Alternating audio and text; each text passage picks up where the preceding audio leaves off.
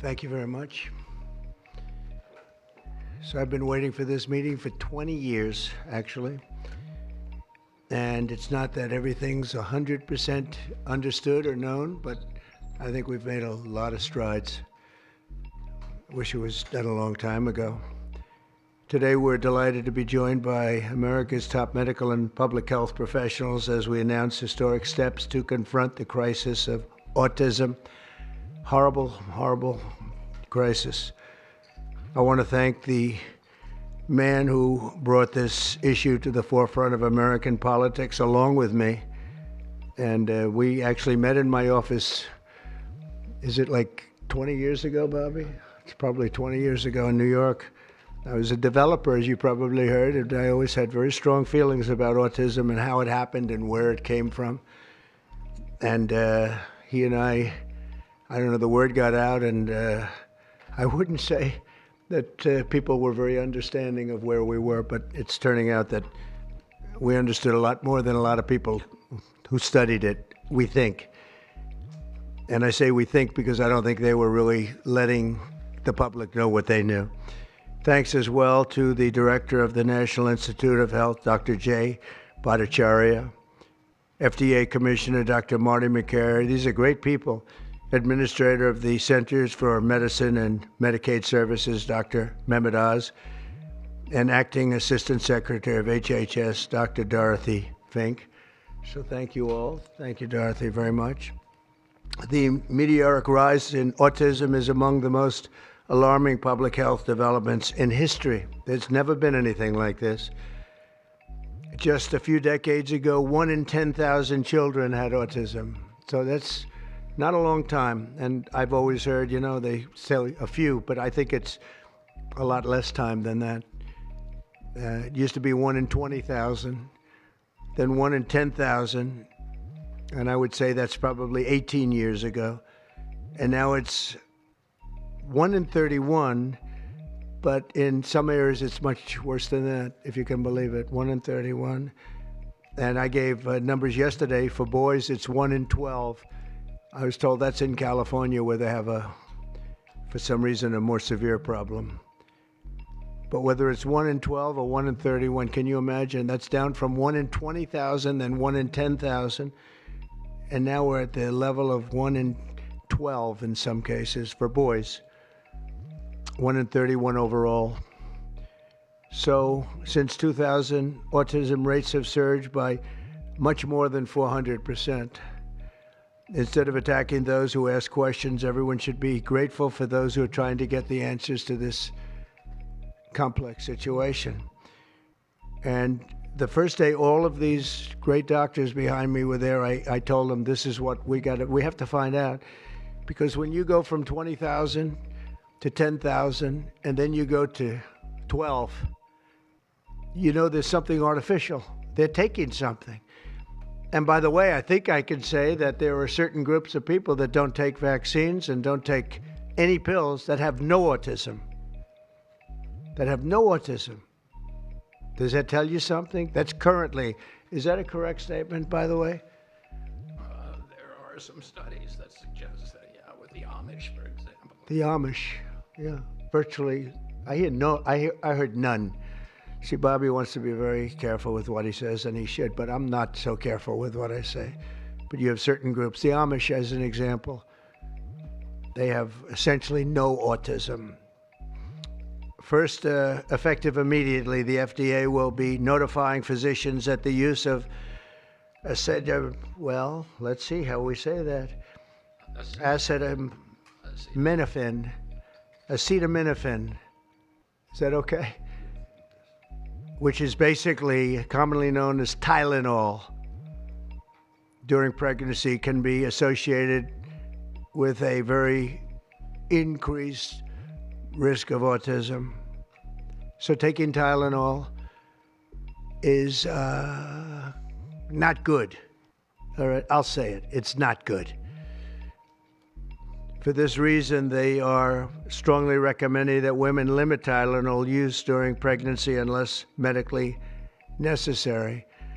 That's, for instance, in cases of extremely high fever, that you feel you can't tough it out, you can't do it. I guess there's that. It's a small number of cases, I think. But if you can't tough it out, if you can't do it, that's what you're going to have to do. You'll take a Tylenol, but it'll be very sparingly.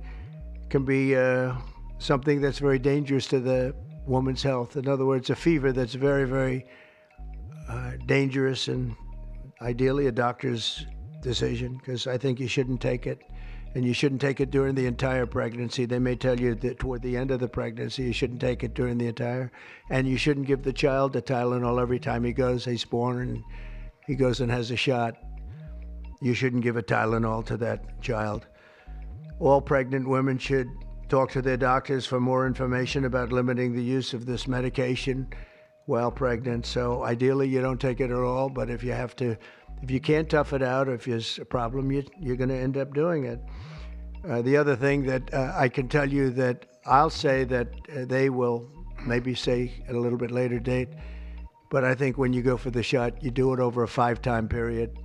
Take it over 5 times or 4 times, but you take it in smaller doses and you spread it out over a period of years. And they pump so much stuff into those beautiful little babies. It's a disgrace. I don't see it. I think it's very bad. They're pumping, it looks like they're pumping into a horse. You have a little fragile child, and you get a vat of 80 different vaccines, I guess, 80 different blends, and they pump it in. So ideally, a woman won't take Tylenol. And on the vaccines, it would be good, instead of one visit where they pump the baby, load it up with stuff, you'll do it over a period of 4 times or 5 times. I've been so into this issue for so many years just because I couldn't understand how a thing like this could happen. And it's artificially induced. It's not like something that, when you go from all of those, healthy babies to a point where I don't even know structurally if a country can afford it. And that's the least of the problems. To have families destroyed over this is just so terrible. I also, and we've already done this, we want no mercury in the vaccine. We want no aluminum in the vaccine. The MMR, I think, should be taken separately. This is based on what I feel, the mumps, measles, and all the 3 should be taken separately. And it seems to be that when you mix them, there could be a problem. So there's no downside in taking them separately. In fact, they think it's better, so let it be separate. The chicken pox is already separate, because when that got mixed in, I guess they made it 4 for a while, it really was bad. So they make chicken pox. Individually, they're okay. When you mix them, something maybe happens. So there's no downside in doing it. It's not like, if you do it, bad things. No, it's only good side. And it may not have that much of an impact, but it may have a big impact. So let those be taken separately. And then hepatitis B is sexually transmitted. There's no reason to give a baby that's almost just born hepatitis B. So I would say wait till the baby is 12 years old and formed and take hepatitis B. And I think if you do those things, it's going to be a whole different, it's going to be a revolution in a positive sense in the country. The FDA will be updating the label of an existing drug to reflect potential benefits in reducing some autism symptoms. This gives hope to the many parents with autistic children that it may be possible to improve their lives. That's one of the things that I'm very, very happy about. I mean, this was mostly going to be on how not to have the child affected, but we've learned some pretty good things about certain elements of genius that can be given to a baby, and the baby can get better. And in some cases, maybe substantially better. Not going to be easy, but be a lot easier if it didn't happen in the first place, as these great parents fully understand, right? They fully understand. I feel so terribly for. I have so many friends with autistic children. It's a tough situation. Finally, to help reach the ultimate goal of ending the autism fever, the NIH will be announcing 13 major grant awards from the Autism Data Science Initiatives. And to be honest with you, to me, that's the least important. It's not even a money thing at this point. There's so much money, but they have to do, and they have to move quickly. When the alternative is that nothing bad can happen, let's do it now. I was just saying to Bobby and the group, let's do it now. Nothing bad can happen. It can only good happen. But with Tylenol, don't take it. Don't take it. And if you can't live, if your fever is so bad, you have to take one because there's no alternative to that. Sadly, first question, what can you take instead? It's actually, there's not an alternative to that. And as you know, other of the medicines are absolutely proven bad. I mean, they've been proven bad with the aspirins and the Advils and others, right? And they've been proven bad.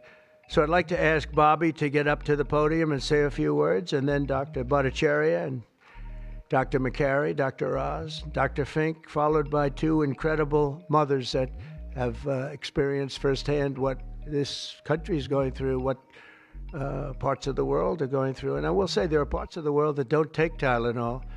I mean, there's a rumor, and I don't know if it's so or not, that Cuba, they don't have Tylenol because they don't have the money for Tylenol, and they have virtually no autism, okay? Tell me about that one. And there are other parts of the world where they don't have Tylenol, where they don't have autism. That tells you a lot. And I want to say it right now. And you know, the way I look at it, don't take it. Don't take it. There's no downside in not taking it. So I'd like to ask Bobby to come up and say a few words. I hope I didn't ruin his day, but that's the way I feel. I've been very strong on the subject for a long time. You know, life is common sense, too. And there's a lot of common sense in this, and I wish things like this were brought up, and this group has worked so hard on it, but I'd like to be a little bit more, a little speedier in the process of a recommendation, because there's no harm in going quicker. There's absolutely no harm. At worst, there's no harm. Thank you very much. Bobby, please. Thank you, Mr. President. To meet the President's challenge, I ordered HHS to launch an unprecedented all-agency effort to identify all causes of autism, including toxic and pharmaceutical exposures. At President Trump's urging, NIH, FDA, CDC, and CMS are turning over every stone to identify the etiology of the autism epidemic and how patients and parents can prevent and reverse this alarming trend. We have broken down the traditional silos that have long separated these agencies, and we have fast-tracked research and guidance. Historically, NIH has focused almost solely on politically safe and entirely fruitless research about the genetic drivers of autism. And that would be like studying the genetic drivers of lung cancer without looking at cigarettes. And that's what NIH has been doing for 20 years.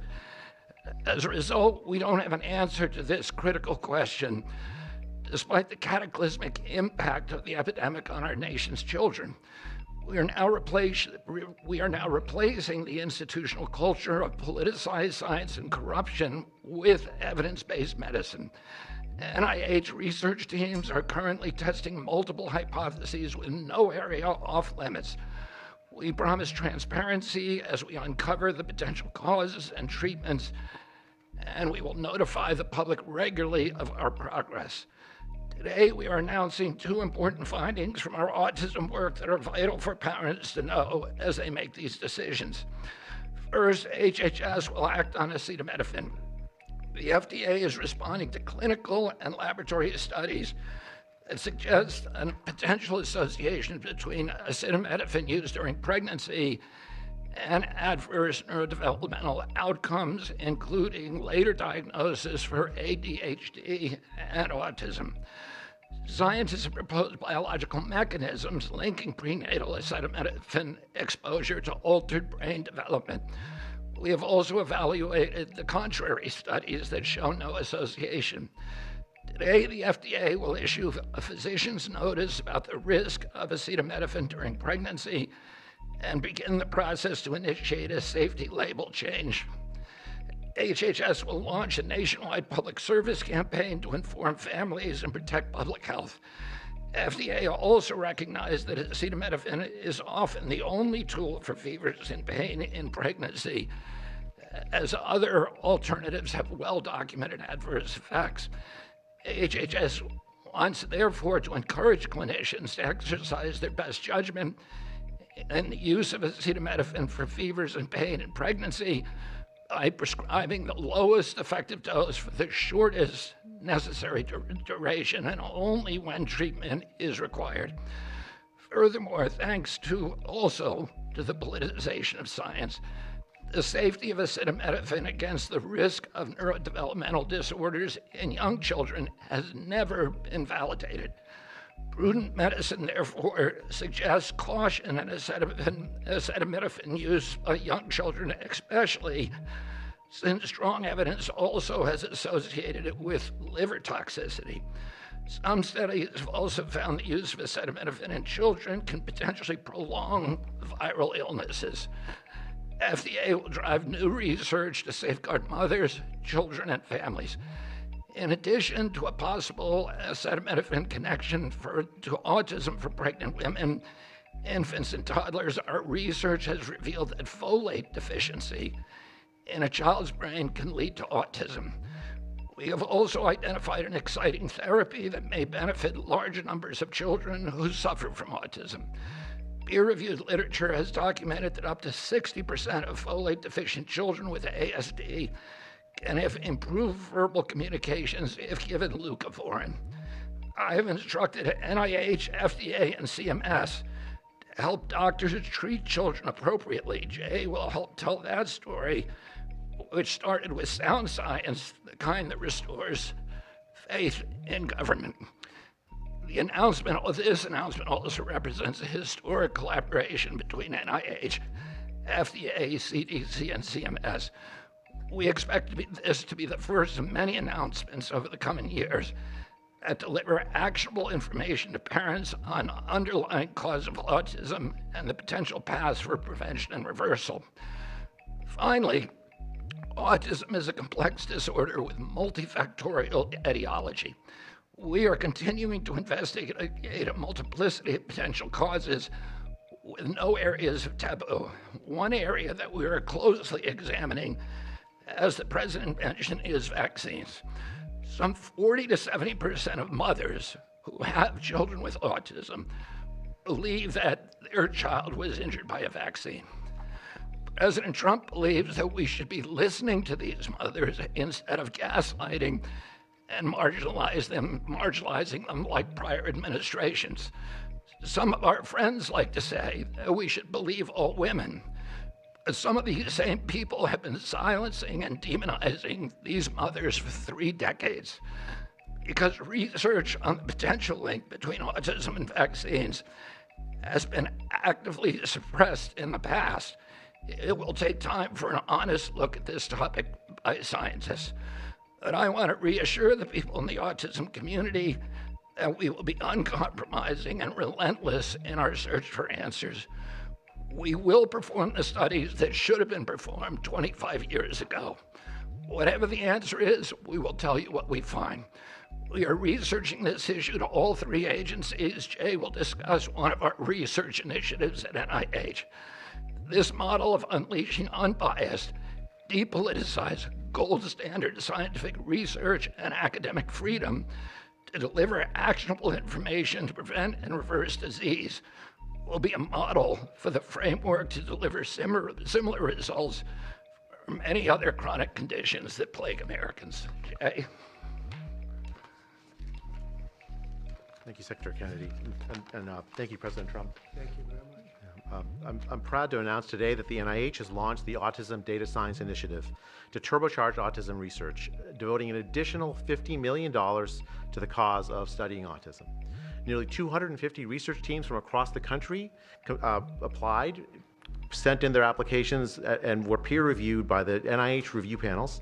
The NIH peer reviewers chose the 13 best projects focused on root causes and therapies, with replication and validation studies to guarantee gold standard science. The studies feature a new kind of science called exposomics, where scientists consider environmental and medical factors, nutrition, events during pregnancy, in combination with biology and genetics to answer vital questions about autism. Science like this, conducted in partnership with families and physicians, is the best way to arrest and reverse the autism epidemic.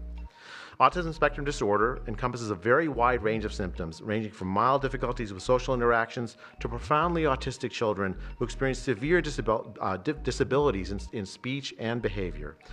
Given this wide range of symptoms across the spectrum, it seems certain that there will be a wide range of biological contributors to explaining the cause.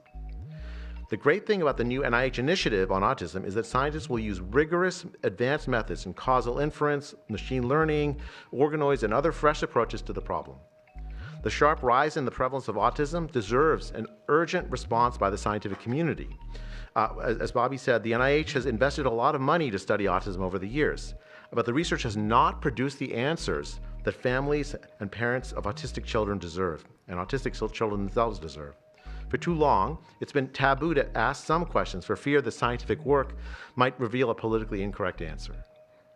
Because of this restricted focus in scientific investigations, the answers for families have been similarly restricted, often pointing families to behavioral therapies that don't work for every kid, or suggest non-modifiable genetic factors as the cause. But genetics alone can't explain such a sharp rise in autism prevalence over just a few decades, as the president said. In coming months and years, as NIH scientists learn more that can help autistic children and their families, we won't delay.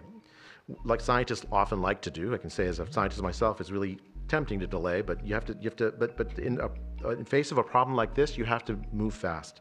But we will not delay before telling American people about what we find, and we will win the public trust with transparency and rigor. Already, our broadened focus on autism research has pointed to 2 items that will help families prevent and treat some cases of autism. I'll leave the good news on these 2 items to my close friends and colleagues, Dr. McCary and Dr. Oz. We've been working together closely on this problem for the past 6 months, and our cooperation represents an unprecedented collaboration with Secretary Kennedy's Department of Health and Human Services and with President Trump. I'm delighted to introduce Dr. Marty McCary, Commissioner of the Food and Drug Administration, who will tell you about these announcements of practical help for families with autism. Great, thank you, Dr. Bhattacharya. Mr. President, this is the start of a historic shift in medical culture.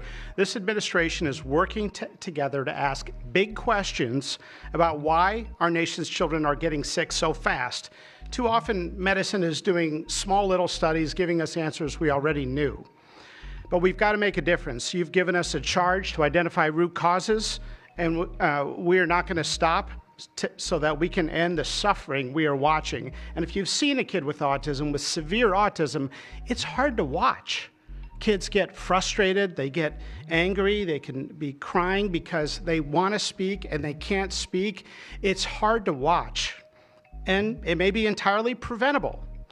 For an epidemiologist, that child is an expanding statistic, but for a child, it can be brutal to have autism. Today, the FDA is taking action to update the label on acetaminophen and sending a letter to all U.S. doctors letting them know about the risks in pregnancy. We now have data we cannot ignore. There's a very large study, the Boston Birth Cohort, with researchers that have, from Johns Hopkins, my former institution, and Boston University, found quote-unquote consistent associations between acetaminophen in pregnancy and autism. And the Nurses' Health Study with researchers from Yale, Columbia, and Harvard looking at 9,000 kids found that acetaminophen use in pregnancy was associated with neurodevelopmental disorders. And 4 weeks ago, a Mount Sinai Harvard study reviewed all the existing literature and found the overwhelming body of evidence points to an association. Sure, you'll be able to find a study to the contrary. That's how science works. But to quote the dean of the Harvard School of Public Health, there is a causal relationship between prenatal acetaminophen use and neurodevelopmental disorders of ADHD and autism spectrum disorder. We cannot wait any longer. And honestly, there's been this perfunctory, reactionary, mindless practice in medicine. I learned it in medical school and residency. Just treat all fevers, low-grade fevers, treat them with acetaminophen. Why? What are we doing? A study out of Hopkins actually showed that treating a fever can prolong the duration of illness in a young kid. Maybe that's because a fever is a body's natural way of ridding an infection. When my wife was pregnant and delivered our son a few months ago, they pushed her to take acetaminophen for a low-grade fever. She said no, and then they looked to me and I said, absolutely no. I'm also here to announce good news. Today, the FDA is filing a Federal Register notice to change the label on an exciting treatment called prescription leucovorin so that it can be available to children with autism. You know, autism may also be due to an autoimmune reaction to a folate receptor on the brain, not allowing that important vitamin to get into the brain cells. It's a fairly established, mature pathway. Again, we have a duty to let doctors and the public know we are going to change the label to make it available. Hundreds of thousands of kids, in my opinion, will benefit. One study found that with kids with autism and chronic folate deficiency, 2/3 of kids with autism symptoms had improvement, and some marked improvement. Mr. President, you told us to do what's medically right, to go bold, and not worry about the corporations and the lobbyists. So that's what we're here doing today. Thank you, Mr. President. Good, thank you. Thanks, Marty. I think you all appreciate the passion in the president's voice. We've been hearing that since the inauguration. In fact, even before the inauguration, the president was upset about what he spoke to today. And so together with Secretary Kennedy, who's made it his life's work to address some of these challenges with autism, they challenged us. In fact, they were harsher than that. They wanted no silos to break down what the NIH would do, what the FDA would do, what CMS would do. They insisted that the physician leaders bust through the clutter because their agencies had the power if we didn't do what every other prior administration had done, which is to let people function within their siloed environments. Because of that, in historic fashion and a very accelerated manner, we have a response today to the autism crisis. It is the first of several chapters, but this is breaking news. You've heard some of it. The response to the autism crisis is going to continue to come to you under Secretary Kennedy's leadership, and the president wouldn't have it any other way, as you've heard. The FDA, based on NIH research, is approving prescription leucovorin for treatment of autistic children. Now, if you're following the script, there should be two questions that you have, two questions that should come to your mind. The first is, how will patients and parents get access to the treatment? I'll tell you how. Over half of American children are covered by Medicaid and CHIP, government health insurance, over half. And therefore, because they're covered in Medicaid and CHIP, upon this label change by Marty, state Medicaid programs in partnership with CMS will cover prescription leucovorin around the country. It's yours, but you have to go to a doctor to get a prescription because they know your child, they know you, and they know the medication. States will also have tools to monitor its use and ensure appropriate utilization. That's important for a bunch of reasons because we want the right kids getting the right prescription medications. We believe private insurance companies will rapidly follow our lead if they have not already done so. And again, to make sure that this is safe and effective treatment, you need a physician to prescribe the medication because it's on prescription. Second big question, how are we going to collect clinical data to answer the big questions that the president's asking and the secretary insists that we offer? CMS is also issuing guidance to convene states and existing research networks to support NIH and FDA in their research efforts of prescription leucovorin, while also maintaining the privacy of all patients, all health information of our beneficiaries. Collecting real-world data, which is what many of you have been asking us to do in the community, is fast, it is life-saving, and we'll get answers based on what happens over the next few months with this approach. The aggressive approach, and it is aggressive, demanded by the president and by the secretary, have already identified risk factors and opened the door for the first FDA-recognized treatment pathway for autism. It is the first of its kind, and it wouldn't have happened without the leadership of the president and the secretary. The fivefold increased prevalence of autism over the past 25 years demands a rapid response.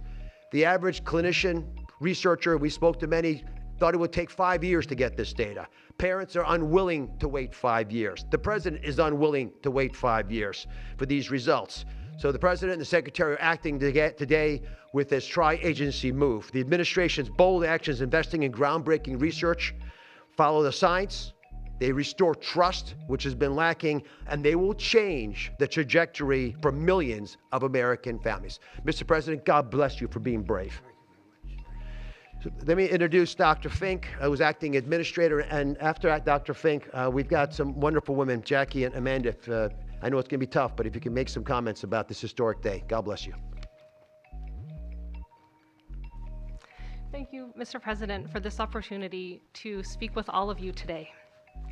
As a pediatrician and mom, I am here today to talk about what this announcement means for the millions of moms and dads who are faced with the choice of whether to take acetaminophen during pregnancy.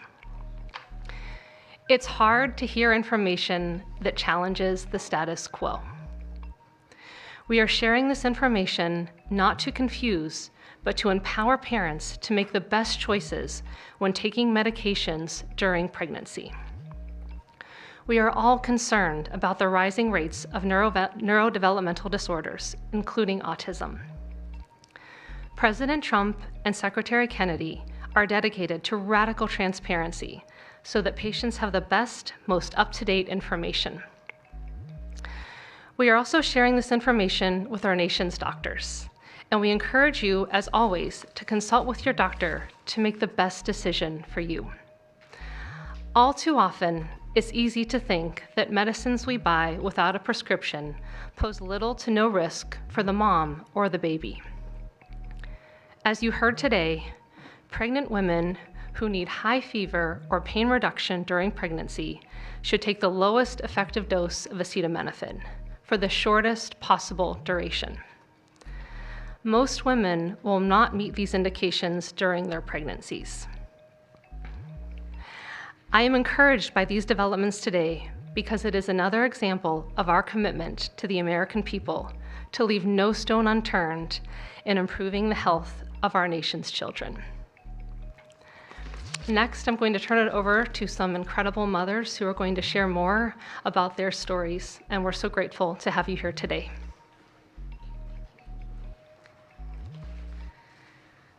Thank you. Thank you, Mr. President and team, for all your work.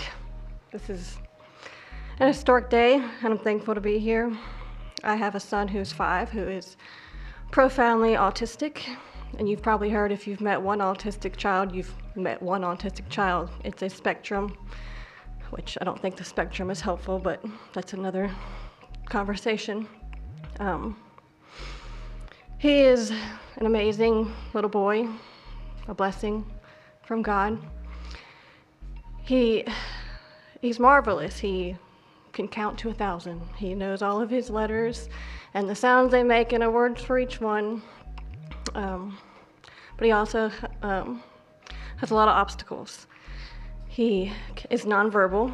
He can say those numbers and letters, but there's no communication. Unless you've lived with profound autism, you have no idea. You have no idea. He, like you said, he will get frustrated because he can't speak. It's not even that he can't speak. Sometimes he just doesn't understand what I'm saying. He understands the word no, but he doesn't understand the why behind the no. And that's a huge part of discipline. That's the discipline. So it's very hard to discipline a child with autism so you have these behaviors. And it's a very hopeless feeling. It's very isolating being a parent with a profound autistic child. Even just taking them over to your friend's house is something we just don't do because, again, they're going to be met with no, no, no, and no understanding of why. And then there's a meltdown. And then you're in a situation where you're just helpless and you're just trying to protect your kid. So it's just better not to do it. You learn your limits, and it's been really hard. This is amazing that we're here today. And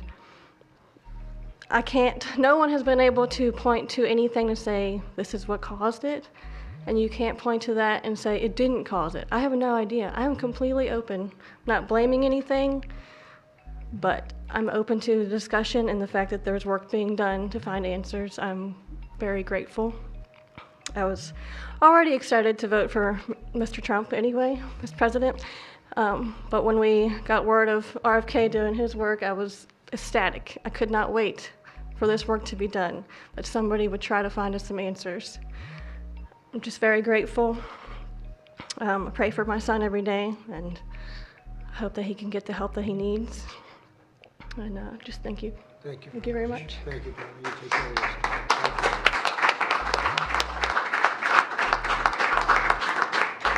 Hi, my name's Jackie. I'm also extremely grateful for the opportunity to be here and share my son's story.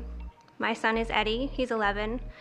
He's on the opposite end of the spectrum from what Amanda just explained. He's considered high functioning. He was not always high functioning. He was nonverbal till the age 4. We've had quite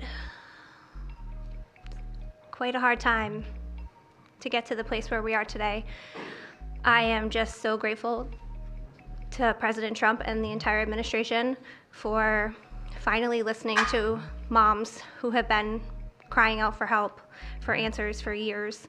I've met so many other moms with children on the spectrum in the 9 years since my son's diagnosis, and they all have very similar stories, and they've all just wanted somebody to listen, to not ridicule them or look at them like they were the crazy people.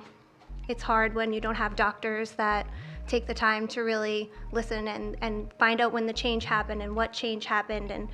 And it's just, I've been praying for this day for 9 years, and I'm so thankful to God for bringing the administration into our lives. And I'm speechless. This day is a day I never thought would happen.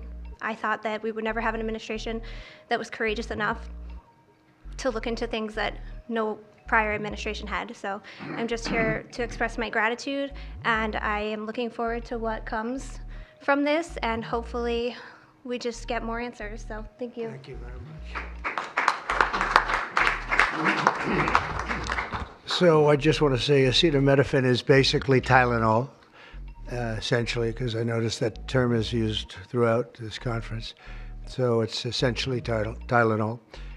And I just recommend strongly that you don't use Tylenol unless it's absolutely necessary. I understand it's maybe 10% of the women that are pregnant are, would perhaps be forced to use it. And that would mean you just can't tough it out. No matter what you do, you can't tough it out. So that's up to you and your doctor. But there's a very strong recommendation, maybe stronger from me than from the group, because they're waiting for certain studies. I just want to say it like it is. Don't take Tylenol. Don't take it. If you just can't, it's just fight like hell not to take it.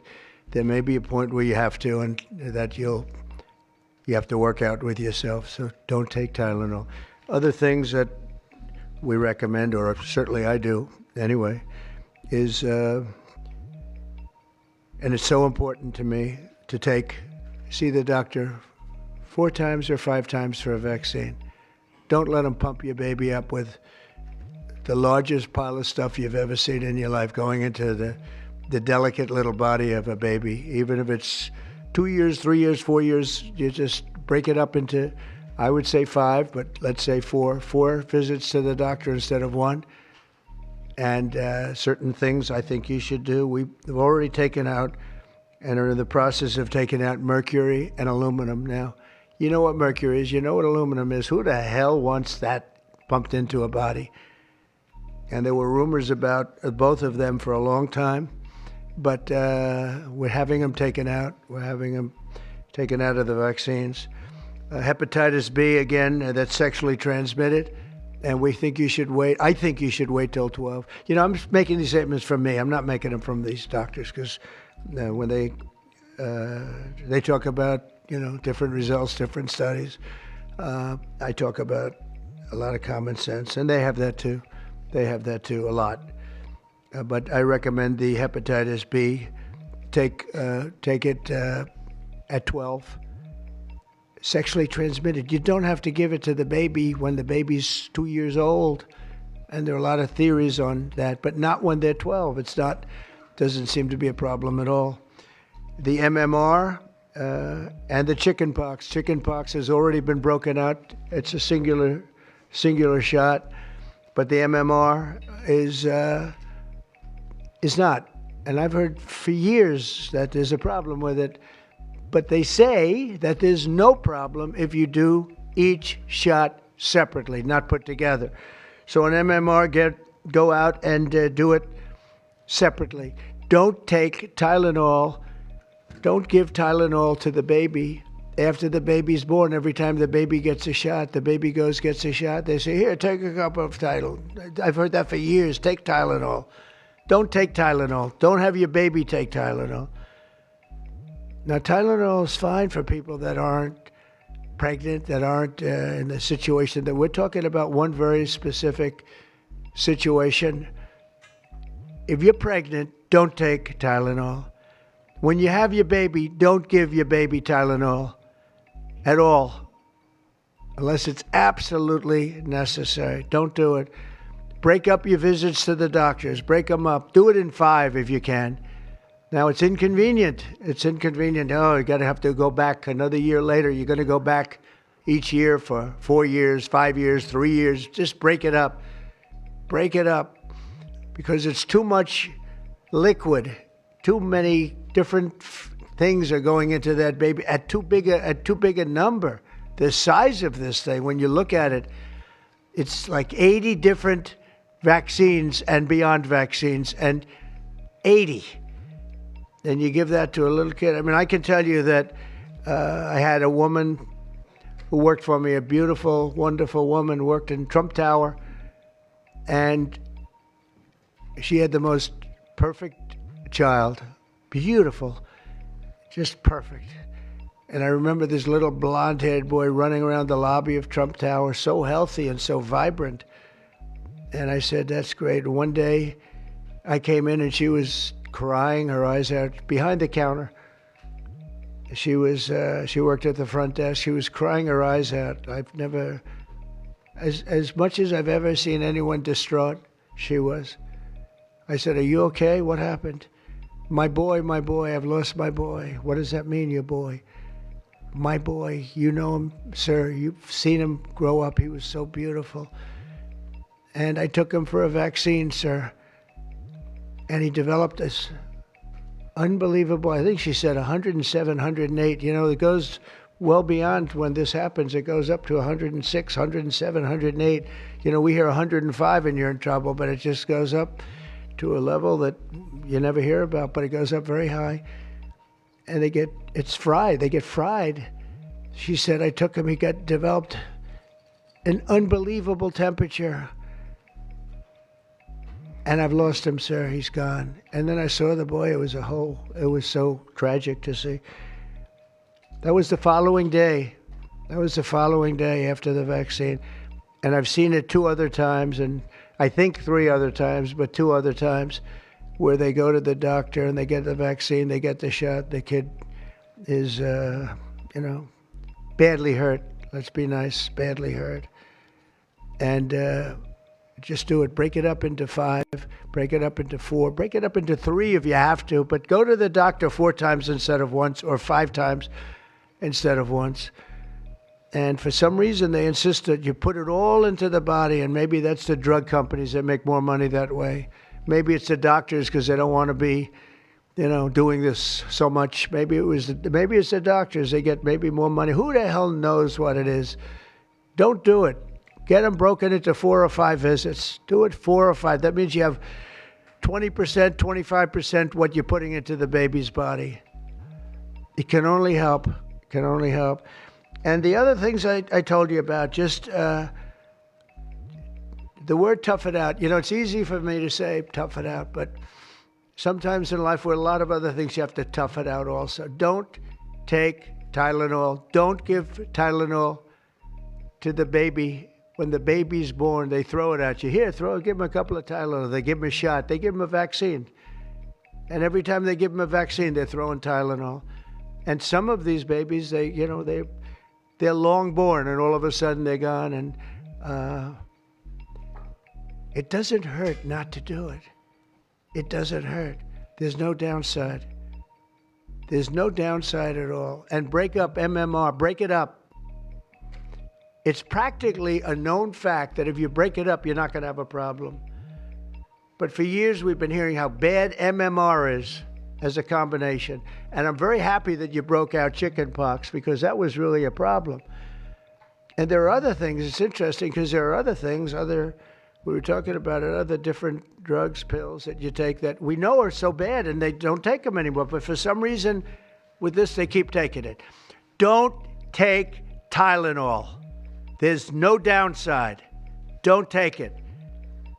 You'll be uncomfortable. It won't be as easy, maybe. But don't take it. If you're pregnant, don't take Tylenol.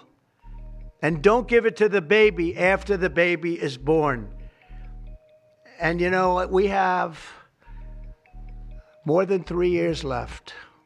And I told Bobby and the doctors behind me, and they are so committed to this, I told them that this is the number one thing I want to do from you. And you know, we have something else called Favored Nations, where I'm going to be reducing drug prices by 1,000%. By 900, 600, 500, 1,200. We're going to be reducing drug prices at levels never seen. It's called Favored Nations. We're going to be paying what right now, we're like the garbage can for the rest of the world, and we have been for forever. We pay much higher for drugs than the rest of the world. We subsidize the rest of the world. We're not doing that anymore. And that's a big thing. That's a big thing. That's bigger than anything. I told the story the other night that I was so proud of my first term that for the final year, drug prices went down 0.25%, and I was so proud. I said, why? I'm the first one to do it. I think it was 28 years, they said, where drug prices went down from the beginning of the term to the end. And I was so proud. I called a news conference. I said, you know, drug prices have gone down. First time it's happened in 28 years. You know what it was? 0.25%. I was so proud. Now we're going to have them go down from $100 a pill to $9 a pill, from $1,300 for a shot of like an Ozempic or I call it the fat pill or the fat drug. Sometimes it works, I guess, for people. The ones I've seen, it hasn't worked so well. I got a lot of friends, they're fat. They said, yeah, I lost some weight. I said, you don't look it to me. But they paid $1,300, $1,200, and they go to London and they pay $88. And they call me, they go, what's this all about? We're subsidizing the rest of the world stupidly because we have a lot of stupid people in this country running things. And how big is that? But to me, that's nothing compared to autism. I see that gorgeous boy. I have a big present for him in the back. You know, you bring him back. We're going to bring him into the Oval Office. I have the best present he's ever going to get, okay? A big one. I saved it for you, okay? Because I heard you were coming. Look how beautiful he is. So that's it. There's nothing much to say. Don't take Tylenol if you're pregnant, and don't give Tylenol to your child when he's born or she's born. Don't give it. Just don't give it. And we're going to have, I think, really, if you do all the things that I say, break it up. Just break it up. Break up the shots with the doctor. MMRs, as I told you, separate. Chickenpox already separate. You do these things. I'm telling you, I want to, when I leave office, I don't want to have, it's going to be the kind of number that we're hearing where it's 1 in 32 or 1 in 10, because I've heard 1 in 10 also. And in California, it's really bad. I want it to be, let's get it back to maybe 1 in 10,000 or 1 in 20,000 or maybe none in 20,000. And the only way you're going to do that, because this is artificially induced. This is induced by something. You don't go from 1 in 20,000 to 1 in 10,000, then to 1 in 10. That means you're taking something and something's wrong. And I feel very certain, and I know I'll be criticized. Someday they'll look back and they'll say, well, it wasn't, but I think it will. I think we're going to have a tremendous, this is the most important thing. There's nothing more important than me. We cured inflation that Biden gave us. He gave us so much inflation, the biggest ever in history. We got inflation done. We brought prices down. We gave you the largest tax cuts, all that stuff. It doesn't mean a thing compared to what we're doing today. This means everything. So we're going to save a lot of children from a tough life, really tough life. We're going to save a lot of parents from a tough life. Okay, how about a few questions? Let's just make it on this subject. This is so beyond as a subject that I'd rather not talk about, some nonsense on the economy. And I will say this, The economy is unbelievable. The stock market just hit another record high and all that stuff. This means more to me. Yeah, please. Mr. President, I have one on your announcement, one on vaccines that's also related. Yes. Why do you think we haven't heard more previously about the tie to autism in acetaminophen? Nobody knows. I don't know. Not only that, when you say it, you get attacked.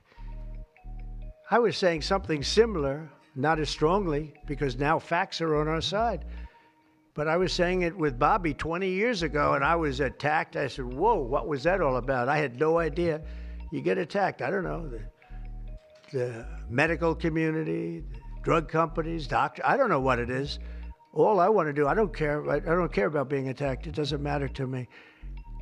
I believe that the numbers at the end of our term or shortly thereafter could be really phenomenal. I want it to go up just like it came down to this horrible level. 1 in 10, 1 in 12. I was told 1 in 10. I was told 1 in 12. Today I heard 1 in 31 if you add the girls and the boys together. It's crazy. And it was 1 in 10,000 and 1 in 20,000. It's not even sustainable for a country. You want to know the truth. And there are other places that don't have it. And they have things in common. And that's called medical research. Yeah, please. Mr. President, I'm curious as you look at the trend lines, Yeah. how much of this is the causation of acetaminophen and how much is sort of better diagnosis, doctors, researchers having a better understanding of what is on the autism spectrum? Do you want to do that? Sure, go ahead. That's one of the canards that has been promoted by the industry for many years, that it's changed diagnostic criteria, better recognition. But there's been study after study done of that completely debunks that. One of them by the Mind Institute at UC Davis, University of California. But also it's just common sense, because you're only seeing this in people who are under 50 years of age. If it were better recognition or diagnosis, you'd see it in 70-year-old men. I've never seen this happening in people my age. I've never seen a case of full-blown autism, and that means profound autism. I want to be very careful. Head banging, stimming, toe walking, nonverbal, non-toilet trained. I've never in my life seen a 70-year-old man who looks like that. You're only seeing it in the kids. It's an epidemic. President, I was hoping that you could clear up confusion for moms and dads across America, many of whom voted for you. There's a statement that was put out by the American College of Obstetricians and Gynecologists, and in their statement, they write, acetaminophen remains a safe, trusted option for pain relief during pregnancy, and that's at odds with what you said and with what many of the experts say. How do you... It's the establishment. That's the establishment. They're funded by lots of different groups. And you know what? Maybe they're right. I don't think they are, because I don't think the facts bear it out at all. They're fighting for something that, in my opinion, they shouldn't be fighting for. But here's the thing. There's no downside to doing, other than a mother will have to, as I say, tough it out a little bit. There's no downside to doing this. It's not like, oh, if you do this, you're going to die. There's no downside. There's no downside to going over a 4-year or a 5-year period or a 3-year period, or even if you space them out for 6 months, you space it out. There's no downside. And that's why I will say the gentleman behind me, they have very strong views and they feel that we're right, but they'll have more research done over the next 2 months. I said, well, 2 months is a long time. A lot of people could be saved, and there's no downside to doing it. Everything I said, there's no downside to doing it. It can only be good. And I think you're going to see very good results. That's establishment stuff, and we've been reading that about a lot of things for years. And you know what's happened? We've gone from 1 in 20,000 to 1 in 10,000 to 1 in 32 to 1 in 10. Think of it.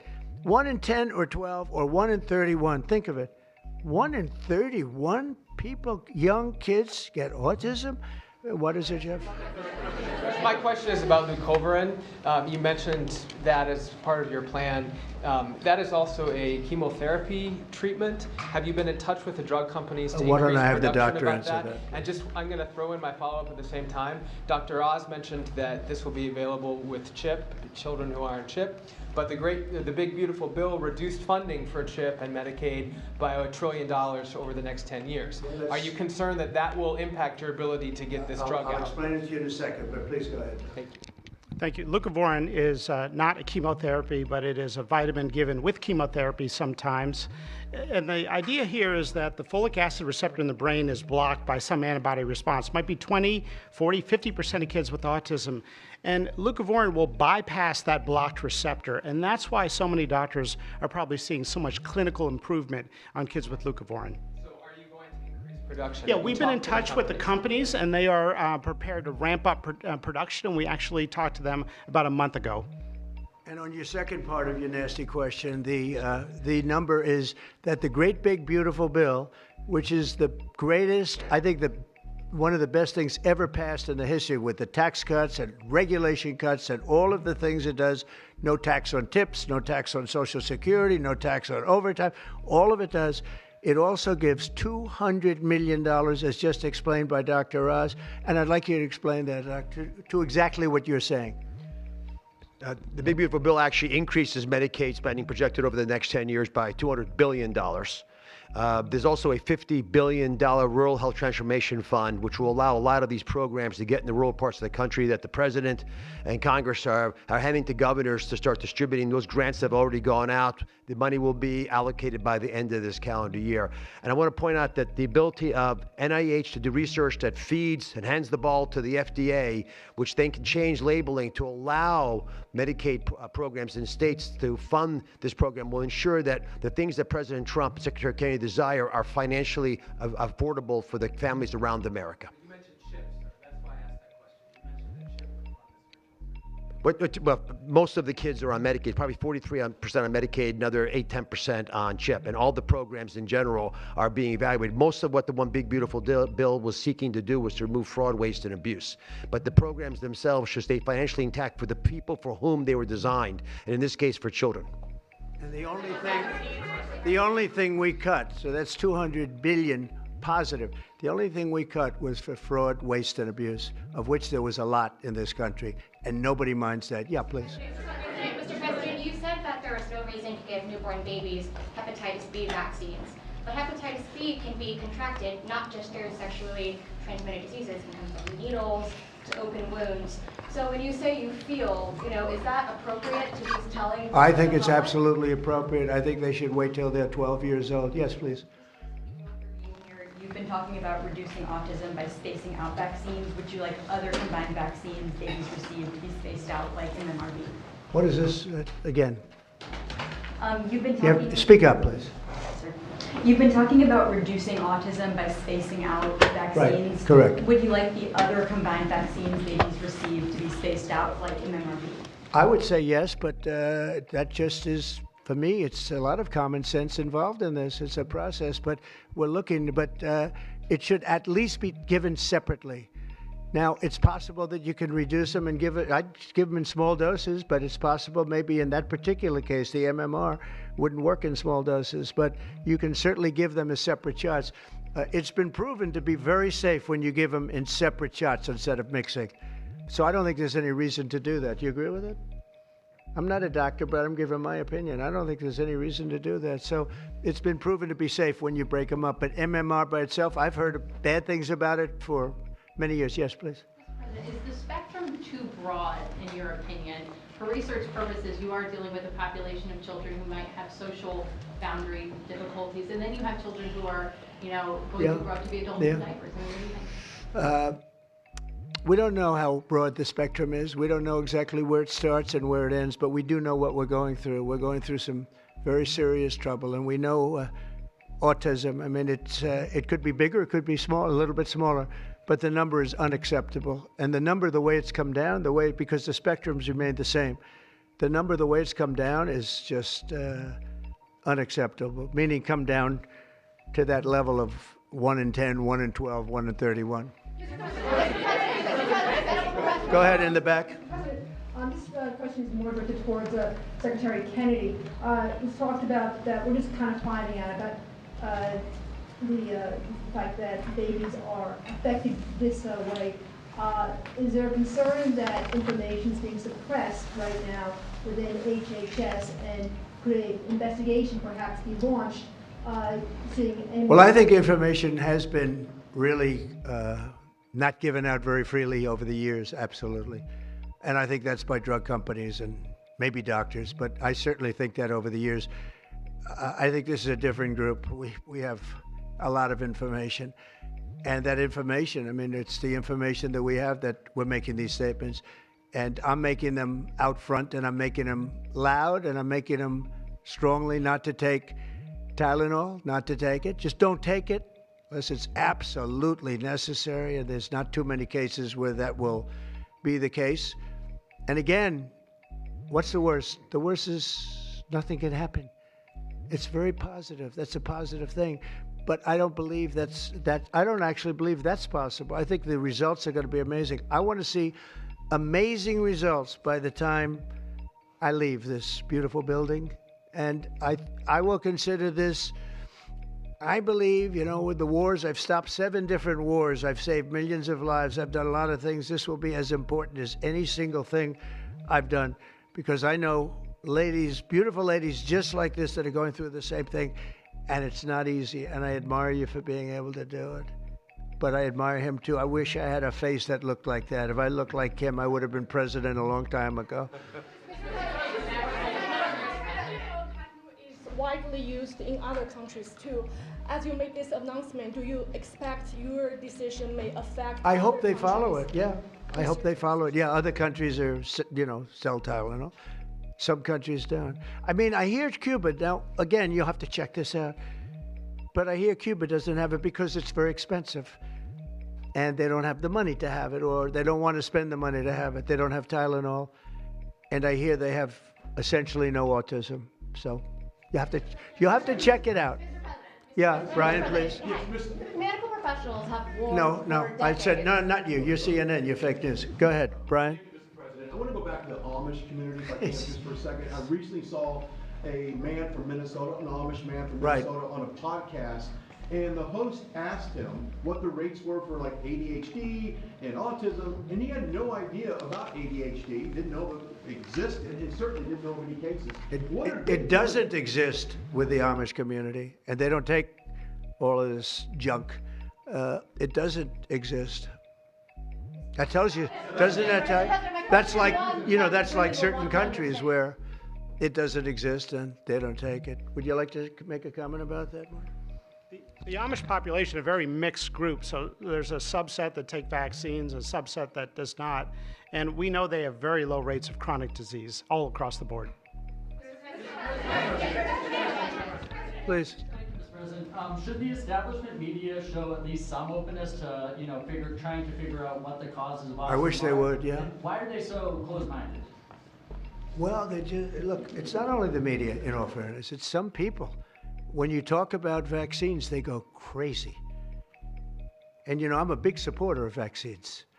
I got a certain vaccine approved in 9 months that would have taken from 5 to 12 years. I'm very proud of it. A lot of people think it was one of the greatest things I've done, and some people think, mostly Republicans actually, I'll tell you, the Democrats think it was, they think Operation Warp Speed was one of the greatest things any president has done, any president. It's, you know, we're very proud of what happened. We got hit with something that came from a place that shouldn't have happened, but it did happen. You know, those things take place, and you're very unpleasantly surprised. But no, I'm a big believer in vaccines. The polio vaccine, big believer in vaccines. I know Bobby and you guys have it out a little bit, but he's a believer in vaccines too. But I've seen how great vaccines can be, how incredible they can be. So I'm a believer. Yeah. Yeah, please. Your comments you made about MMR and hepatitis B, I know you said those were your suggestions, but have you spoken with Secretary Kennedy about actually making those changes? I have, yeah, I have. I've spoken to all the doctors about it, and doctors that are not here right now. I've spoken to many doctors about everything we're talking about. And, you know, the Tylenol has started to be spoken of over the last period of time, but we've been doing the research. A lot of what they've been speaking about comes from right here by research done by these people. And I just say it again, don't take Tylenol. Don't take it. And don't give it to your child after your child is born. And do all those other things, little things, just spread out your visits, et cetera, on the vaccine. And I want to thank everybody. This is a very important day. Thank you very much.